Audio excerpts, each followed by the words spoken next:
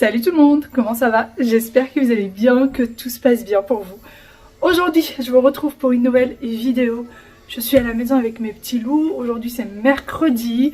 Qui dit mercredi dit... Ouais, il me dit basket. Dit basket, dit activité, dit courir dans tous les sens. Chez nous, ça commence aux alentours de 13h30 à peu près à courir dans tous les sens. Aujourd'hui, ce n'est pas moi qui envoie, ce n'est pas moi qui ramène Wael au basket. C'est une maman qui vient le chercher puisque son fils il est au basket avec Wael.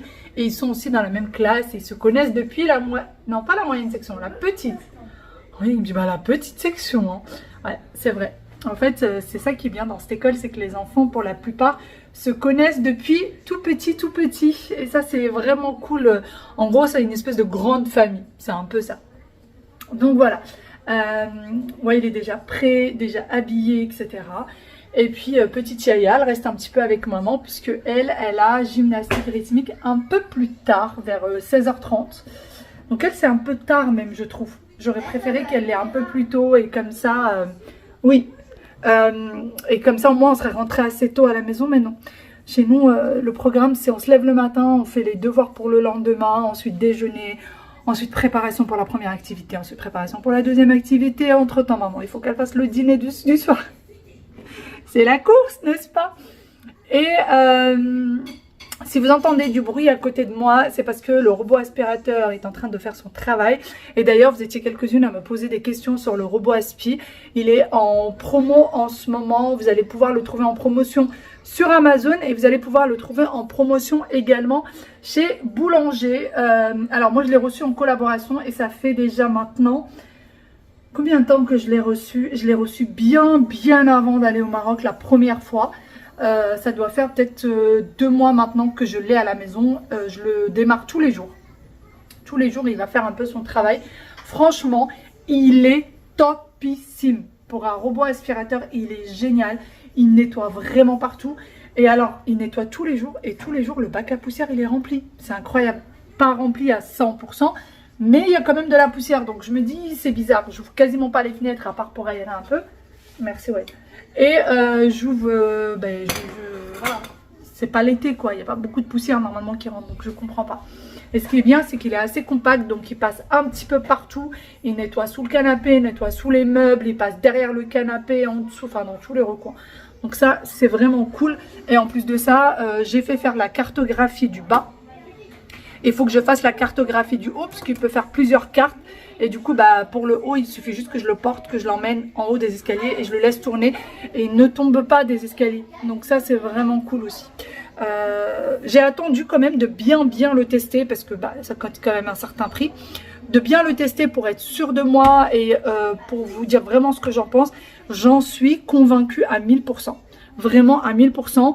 La seule chose qu'il faut éviter, c'est les prises. Voilà, les prises, moi je laisse pas de prises qui traînent par terre, c'est tout. Sinon, bah, il contourne les objets, etc. Donc ça, c'est vraiment top.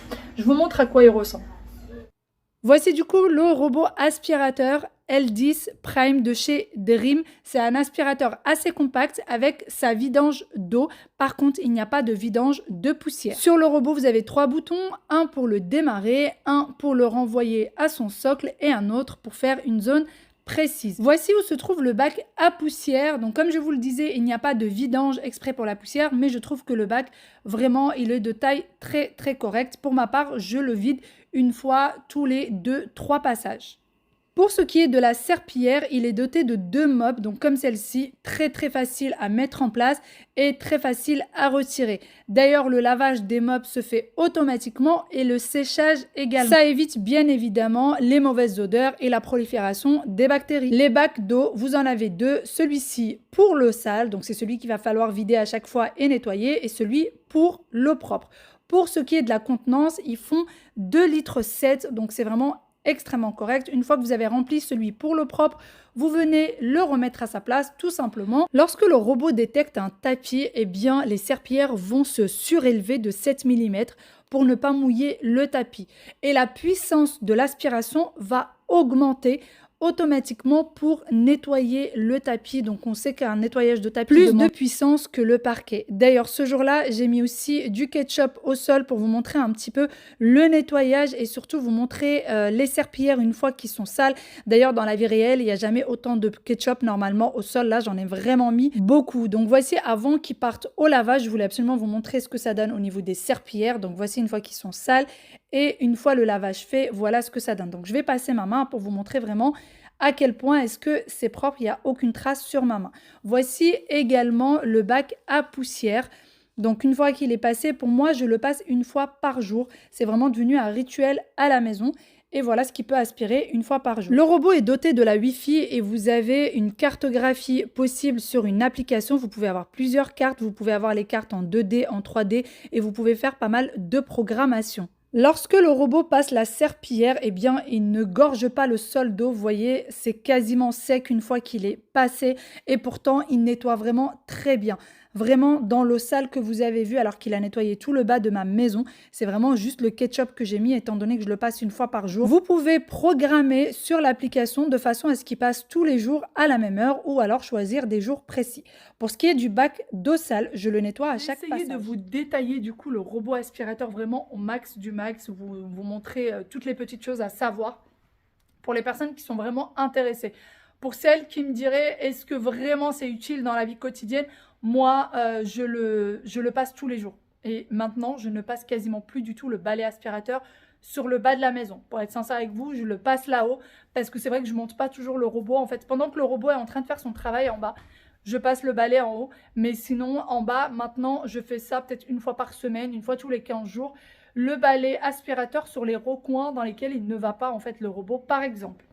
Bon, voilà de quoi est-ce que je parle. Là, par exemple, vous voyez, c'est un petit recoin. Voilà, c'est un petit triangle là, un petit angle, pardon, dans lequel il ne peut pas passer, en fait, le robot aspirateur. Donc là, je vais passer le balai aspirateur une fois par semaine, une fois tous les 15 jours, à peu près. J'ai aussi ce petit coin-là. Vous voyez, là, c'est la console d'entrée. Et là, vous avez de la poussière qui se niche dans les recoins ici, pareil, je vais venir passer le balai. Mais sinon, tout le reste de la maison, c'est vraiment le robot qui va passer. Partout, c'est lui qui va passer. Là, par exemple, sous le machin, là, il passe en dessous sans problème. Sous les canapés, il va passer sans problème. Sous le meuble télé, pareil. Là, par exemple, je vais passer aussi parce que celui-ci, il est très bas. Ce meuble-là, il est très bas. Donc, je vais venir passer parfois une lingette. Là, je passe pas l'aspirateur parce qu'elle passe pas non plus. Je passe une lingette pour retirer, en fait, la poussière ou un torchon à poussière. Mais voilà, là, par exemple, la plante, lui, il va contourner parce qu'il y a assez de place. Donc, il contourne, en fait. Bon, sinon, parlons de choses sérieuses. Le dîner, il est en train de cuire. J'ai fait un poulet aux olives un peu revisité, on va dire ça comme ça. J'ai rajouté des patates douces, c'est ce que vous voyez là, en rouge, parce qu'il me restait une patate douce en fait au frais et j'avais peur que là il y a la poubelle, qu'elle s'abîme, qu'on ne l'utilise pas et ça fait déjà plus de 3 ou 4 semaines qu'elle est là. Donc je me suis dit que bon, fallait l'utiliser, c'est ce que j'ai fait là. Aya aime beaucoup les patates douces et moi aussi, donc pourquoi pas. Et j'ai aussi du poulet qui me reste, qu'on a oublié de mettre au frais, donc il va falloir que je l'utilise ce soir. J'étais en train de penser, je pense que je vais faire juste une sauce tomate, vous savez, à la tunisienne. Moi j'aime beaucoup avec le poulet, je trouve que c'est hyper bon. Et comme ça restera pour demain, j'aurai pas à préparer à manger pour demain, voilà. Sinon, Wael est parti avec son copain, la maman est venue les récupérer. Et du coup, là ce que je vais faire, c'est que je vais préparer du thé. Il y a quelqu'un qui a sonné, je pense que ça va être un livreur. Je vais préparer du thé, quelques petits gâteaux et comme ça je vais les attendre pour le goûter. Je vais inviter la maman à venir prendre un petit goûter avant qu'on emmène Aya à son activité. Bon allez, je vais voir qui c'est qui. Regardez-moi cette pluie, je ne sais pas si vous arrivez à voir à quel point il pleut. Tabarakallah, vraiment c'est incroyable. Oh, j'espère vraiment que tous les pays qui ont besoin de pluie, qui sont en sécheresse, auront autant de pluie cette année. Vraiment, je l'espère de tout cœur. Je crois qu'on ne le voit pas vraiment. Je vais essayer de... Ouais.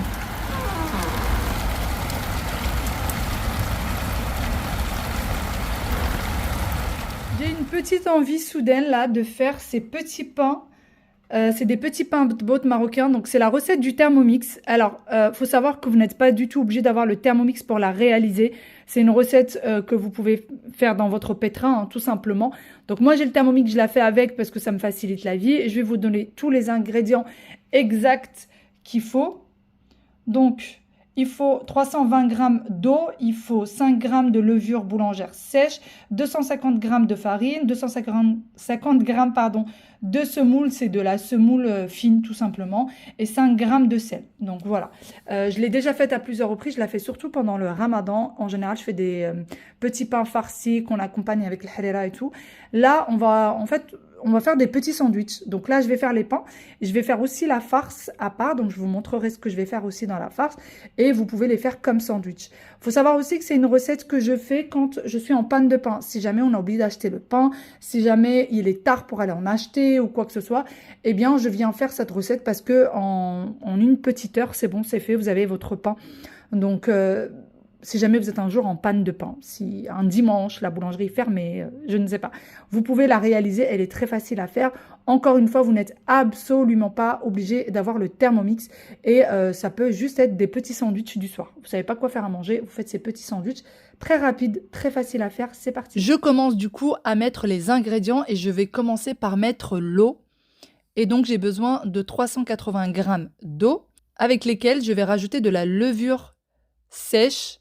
Donc, ou vous avez de la levure sèche ou de la levure boulangère. Et pour la levure sèche, on a besoin de 5 g de levure.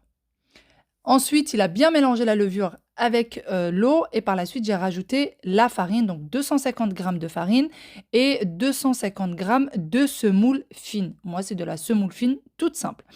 Ensuite, j'ai rajouté le sel selon les goûts. Donc, à peu près 5 à 8 g. Et par la suite, je laisse pétrir. Une fois que ça a bien pétri, je ne laisse pas poser la pâte. Vous pouvez utiliser la pâte directement après. Donc moi, j'ai mis de la semoule sur du papier cuisson et je viens par la suite l'étaler avec un rouleau à pâtisserie. Donc vous l'étalez assez finement. Donc pas trop non plus. Vous voyez la taille que ça a fait par rapport à mon papier cuisson pour la quantité que j'ai faite, juste pour que vous vous rendiez compte un peu. J'ai préparé un autre du coup papier cuisson avec de la semoule et avec un emporte-pièce. Je suis venue faire directement des petits cercles, donc des petits pains. Si vous souhaitez faire un grand pain, eh bien vous pouvez. Et pour ma part, je préfère les petits pains. Je trouve que c'est plus mignon, individuel, etc. Et une fois que j'ai fait du coup mes cercles à l'aide de mon emporte-pièce, c'est un emporte-pièce qui est quand même assez grand. C'est à peu près la taille, je dirais, d'un grand bol. Puisque la pâte va se rétrécir un petit peu, ça va devenir encore un peu plus petit quand tu seras en train de la faire cuire. Donc, il ne faut pas faire des cercles beaucoup trop petits. Et ensuite, je prends le reste de la pâte que je viens mettre en boule et que je viens étaler une fois de plus. Alors, quand vous allez essayer de l'étaler la deuxième fois, elle sera un peu plus difficile à étaler. Vous pouvez la laisser poser un petit peu. Pour ma part, je n'avais pas le temps de la laisser poser, donc j'ai fait comme j'ai pu pour l'étaler. J'y suis allée un peu fort et comme ça, c'était fait. Donc, je vais faire pareil jusqu'à ce que toute la pâte soit terminée. Je veux vraiment utiliser toute ma pâte et ne rien gaspiller du tout. Jusqu'à vraiment la dernière petite boule de pâte. Une fois que c'est fait, eh bien, je mets un torchon propre là-dessus et je laisse poser à peu près une petite heure. Par la suite, je vais venir préparer du coup ma farce. C'est une farce qui est excellente et vraiment très très bonne. Essayez-la, vous n'allez pas le regretter. Très très facile. Dans un filet d'huile d'olive, j'ai mis un oignon que j'ai coupé en petits morceaux comme ça et je vais laisser revenir à feu doux. Pendant ce temps-là, je viens couper une tomate en petits dés que je vais également rajouter aux oignons. Et j'ai également 2 gousses d'ail comme vous le voyez sur ma planche que j'ai déjà épluchées. Et donc que je vais venir rajouter également. Donc là, je mélange les tomates à l'oignon. Et je viens du coup prendre les gousses d'ail et que je vais écraser avec le tout. Je mélange encore un petit peu. Je couvre et je laisse cuire à feu très très doux. Vraiment, c'est très important. N'augmentez surtout pas la cuisinière pour ne pas tout brûler. Moi, je n'ai pas du tout rajouté d'eau. C'est vraiment l'eau naturelle des légumes. Alors, à la base, je ne voulais pas rajouter de légumes. Donc, j'ai commencé à couper mon poulet. Et finalement, j'ai changé d'avis. J'ai bien fait parce que franchement, c'était délicieux. J'ai pris une carotte que j'ai épluchée et ensuite que j'ai coupée comme ceci et que je vais venir haché ou mixé parce que comme ça les enfants s'en rendent pas compte et surtout mon petit garçon et du coup il a mangé le pain sans aucun souci. Du coup vous ne voyez pas en fait la carotte ou presque. On la voit un petit peu mais pas trop. Et par la suite j'ai pris également une courgette et pour la courgette je vais venir la faire comme ceci avec l'économe. Ne vous inquiétez pas, la courgette va quasiment fondre en fait dans votre cuisson. Alors moi, la farce que vous voyez là a rempli à peu près une petite, mais vraiment une petite dizaine de pains. Donc si vous voulez plus que ça, mettez 2 carottes, 2 courgettes. Donc vraiment, je viens faire toute la carotte avec l'économe. Bien évidemment, vous ne faites pas les graines et tout le milieu.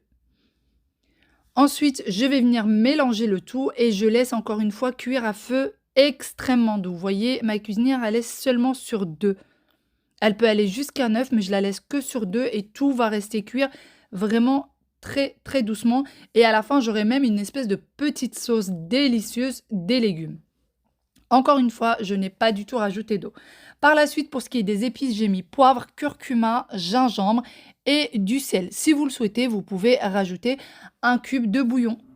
Bon, les légumes sont toujours en train de cuire. J'ai toujours pas mis le poulet puisqu'il demande très peu de cuisson. Donc, je vais attendre à la dernière minute.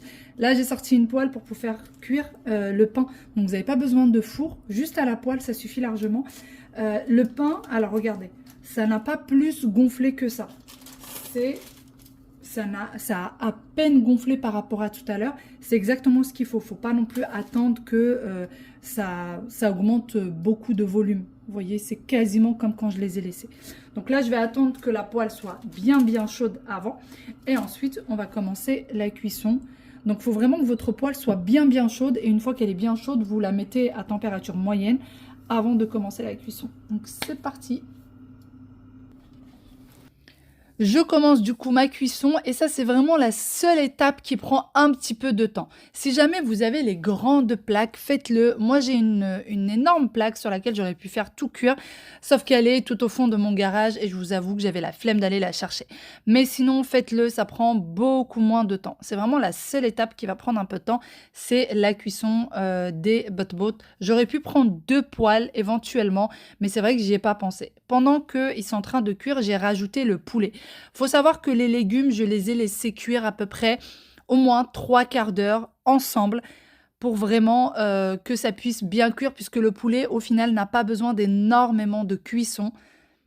Très peu de cuisson suffit pour le poulet, il cuit très vite, en plus c'est en petits cubes.